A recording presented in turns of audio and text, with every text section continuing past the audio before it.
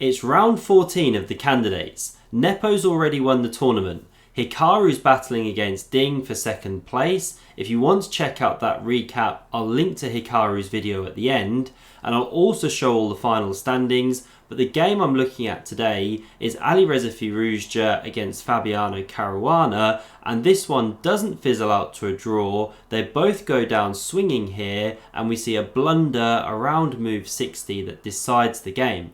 So we'll get into it in just a moment, but before I do, this is my final recap of the tournament now, so I hope you've enjoyed these daily recaps. Do hit that like button if you have, leave me a comment, let me know. Do consider subscribing if you haven't done so already, never miss my future recaps. And if you do want to support the channel, you can do so via the link below or using the super thanks. And as always, your support is very greatly appreciated, so thank you very much. Now on with the game here. Fabi actually kicks off with pawn to e4, and Alireza doesn't go for a Sicilian now, he goes for a Berlin defence here, so pawn e5, knight f3, knight c6, and after the Roy Lopez, he goes knight f6, this is the Berlin. Now Fabi goes d3 here. If you castle the king, this is the main line, black takes on e4, you get d4, this goes into the whole Berlin endgame where the queens come off the board. So when you play with this d3 move, you avoid that endgame. Black goes bishop c5, and now different moves for white here. You can go, say, pawn c3, stop this knight d4 stuff. We saw castles in one game, but Fabi decides to take on c6. He gives up the bishop pair here, but he fixes the pawn structure, and we'll see this very manoeuvring game that both players now play. So the knight now came to d2. If you take on e5, by the way, then you've got this standard tactic. You hit the knight and you also threaten mate in 1, so black's just winning. So that's why the knight simply developed. Now Alireza drops back, covers that pawn, looks a bit miserable, blocking the bishop here, but like said, Alireza's going to slowly unravel the pieces here, as we'll see. So we had castles now from both players. The knight came to c4, pressuring e5. Pawn f6 defended, and now king h1, very direct intentions to play pawn f4 later on. And rook f7 now from Alireza. You know, these guys really know what they're doing here. That's designed to tuck this bishop back on f8, so that after knight h4, bishop f8, knight f5, now at least when that knight looms over the king here, well, you've covered some of these dark squares. Black might be pushing pawn to g6 later on. So knight c5 from Alireza opens up this bishop. Sometimes the knight swings back here.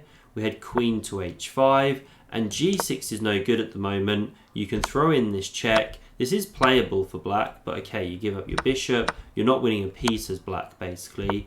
So instead, Alireza went bishop to e6 here. Now he targets this knight on c4. In some knights he's taking there, then capturing on e4. So we had pawn b3 defending, queen d7 from Alireza, and now bishop to e3, both players continuing their development. And here Alireza plays king to h8. He's now preparing pawn to g6. There'd be no knight h6 check, so he is threatening to win a piece here. So Fabi hops his knight back, covers that threat. The king comes back, and so this is actually a draw offer now from Alireza. But Fabi wants to play on. He drops the queen back to e2 here. Rook e8 from Alireza, and now pawn a4 starts to secure that knight on c4, and you don't actually want to let this pawn come to a5 here. So that's why Alireza goes b6, because now with pawn a5, you can strike back with b5 and kick that knight out of the way. So Fabi doesn't go pawn a5, he plays rook to g1. In some lines he wants to go g4, g5, start softening up the king, and that's why Alireza goes pawn to a5 here.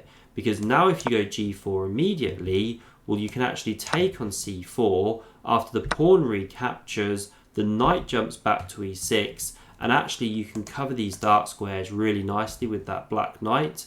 Say black carries on here, white rather, well, you can actually chop this one. You open up the f-file like this, and black's actually getting a lot of counterplay down here. Decent position for black. You know, it's not actually such a good idea for white to push this pawn prematurely. So Fabi actually recognizes this. He doesn't play g4. He first drops this knight back to d2, doesn't allow any of this bishop takes c4 stuff, and now Alireza doesn't want to just sit there and wait for g4. You know, if you run this with the engine, it wants queen c8, then bishop d7, very slow play, just let white attack. But Alireza goes more direct. He pushes pawn to f5. We had captures on f5 here. Bishop takes, knight takes, queen recaptures, and now we have this idea of Fabi's that he wants to put the knight on e4. So first he eliminates this one here, the bishop recaptures, and he plonks the knight on e4. This is a classic situation of good knight versus bad bishop. Now I know this bishop is very active here, it doesn't look too bad visually, but it's technically a bad bishop because it's on the same colour complex as its central pawn, even though it's been activated. So bishop to b4 by Alireza. Now this rook came to f1, maybe pushing f4 in some lines, also covering this pawn from any threats later on, prophylactic move.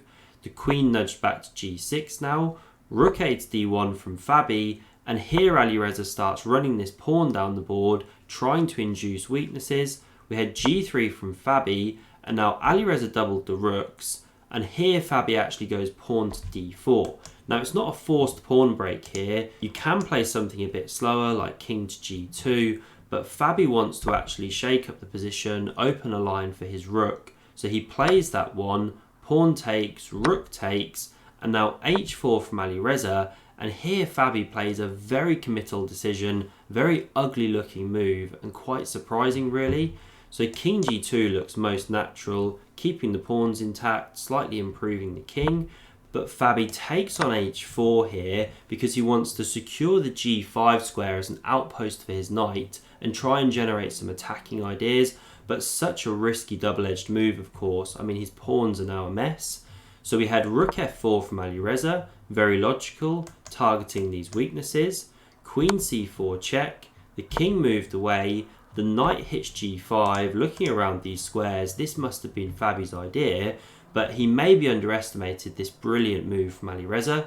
So Alireza goes pawn to b5 here, and he's actually trying to overload this queen, because say you capture, pawn takes back, well you can't win the pawn of course, or you lose your rook here. So that's why you can't actually start capturing these pawns. The queen dropped back here, now we had an exchange of queens, the rook recaptured, and Alireza can take here, pawn recaptures, and you might think, well, what's the big deal? Well, after the bishop drops back, you're losing the a4 pawn. You know, there's no a3 here. If you move this rook across, well, then this pawn's hanging on f2, and then black's going to have this outside passer, plus as we'll see in a moment, so we had rook c3, takes here, well, now black actually goes a pawn ahead in this position, as well as having the superior minor piece, because when you've got pawns on both sides of the board like this, the bishop is stronger than the knight. And already Fabi plays a bit inaccurately here, so he should go rook a6 as the best defense. You actually give this pawn on h2, the king moves, you come back here, now you're threatening check to win the knight, so pawn f3 could cover, bishop b4, king g2, this is just one sample line, and okay, black's still a bit better, but it's not so easy to make progress when the rook stands behind the pawn like this. But what Fabi did in this position here was play pawn f4, he didn't want to allow this one takes on h2, but now we had captures here, the rook took, bishop takes back, and now the knight comes to e4 and the rook comes behind the pawn. That's one of the key problems with this whole line. But just coming back here to show you why knight e6 wasn't played, well then rook f6 can come, pinning that knight to the rook so you don't have time to take here. And now if you go rook a6, well bishop d2 is strong. You can actually start with king h7, king g2, but then bishop d2 comes, and even if white picks up on c7 and you get this liquidation, well then there's a4, this pawn's just running. This is the key problem here in this position. You don't even need to actually save this bishop of course, it can't be taken, the pawn's going through. I won't go further on the line here, but you get the idea, the power of the bishop on both sides of the board. So that's why the knight didn't hop into e6 here, forking rook and bishop, it just came to e4. Now we had rook a8, rook c4, buys this bishop. Now if you come here, there's knight c5, hitting both of these. So the bishop moved away. Now rook a4 comes in front, and both players start marching their kings into the position here. The knight also hops back, looking to hit that nice c4 square. Bishop c3 from Alireza. It comes to e4 now instead, but Alireza saves the bishop. Now in just a moment, Fabi goes pawn to c3. He kicks this bishop back here, but still the problems remain for white. This one's dangerous and passed. This is the better minor piece. So king e3 played. Now Alireza goes c6, pawn h3, bishop d8 now played, using that open diagonal to overprotect the pawn. The knight checked here, and now you can jump into d5 with the king. It's technically the best move. Alireza comes here instead. The knight hops back, and now bishop b6 check played, king f3, and the king starts marching back. It does hit this d5 square now, and after pawn h5 from Fabi, here Alireza makes a slightly inaccurate move. His best was actually rook h8 already, going after this pawn immediately, giving the a5 one. But he goes pawn c5 here, quite an ugly move, blocking in that bishop. And now knight d2 from Fabi. He's just trying to get this kind of blockade going across the fourth rank, use these key squares which are controlled by knight and rook. So bishop c7 from Alireza, king to e2. This rook now swung to h8, there's no progress on the a file, and now rook g4 played, targets this one, and you don't want to start trying to defend it like this, or then rook g5 is strong, followed by knight f3. If the king moves away, there's knight c4, or wherever the king goes, you know, the knight hits the c4 square. So you don't really want to allow this. Instead, we had this liquidation of pawns. The king dropped back to defend the bishop, and now this king stepped in, and Fabi's actually doing a great job of defending this here. He's very close to a draw if he can just coordinate his pieces in the right way. So bishop e5 was played, rook f7, all good so far.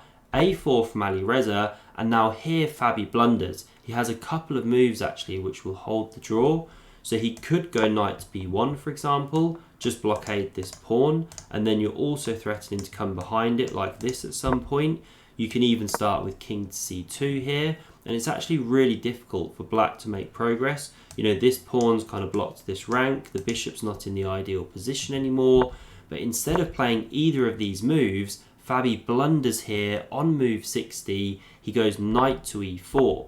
And after knight e4, this knight and pawn are now tactical liabilities. So Alireza checks, correct move, and now if you step up the board here like this, well, we can go rook h4, the king has to come back, protect the knight, and then we check like this. And you're just giving the king the runaround basically. There are some long lines here, but the basic idea is that this pawn is now going. If the rook comes across behind, well then we march the king in, and as soon as the knight gives ground, we're actually picking up this pawn here. You can play it straight away, or even stronger is starting with some check stuff. There's a whole long line, but black should be winning, 2 pawns up, really good position. So that's why you can't actually come up with the king into c4 in this position here after the check. Instead, the king stepped back, but this is also losing here because now Alireza goes king to d5. We had knight to f2, rook takes on c3, and now after rook f5 hitting that bishop, the rook swings away, the pawn's going through. Same problems if you go behind the pawn as well. So here Fabi actually resigned and Firouzja wins the game. And it's really interesting, when he wasn't actually pushing for a win, he actually got a win in this tournament. But Fabi has been struggling, it must be said. Anyway, I hope you enjoyed this recap. Here's the final standings on screen. So Ding actually beat Nakamura. He goes into clear second place, so well done to him. Well done to Nepo, of course, for winning the tournament. I do hope you enjoyed these games. If you want to see another amazing game, click here. Thanks very much for watching, and see you soon.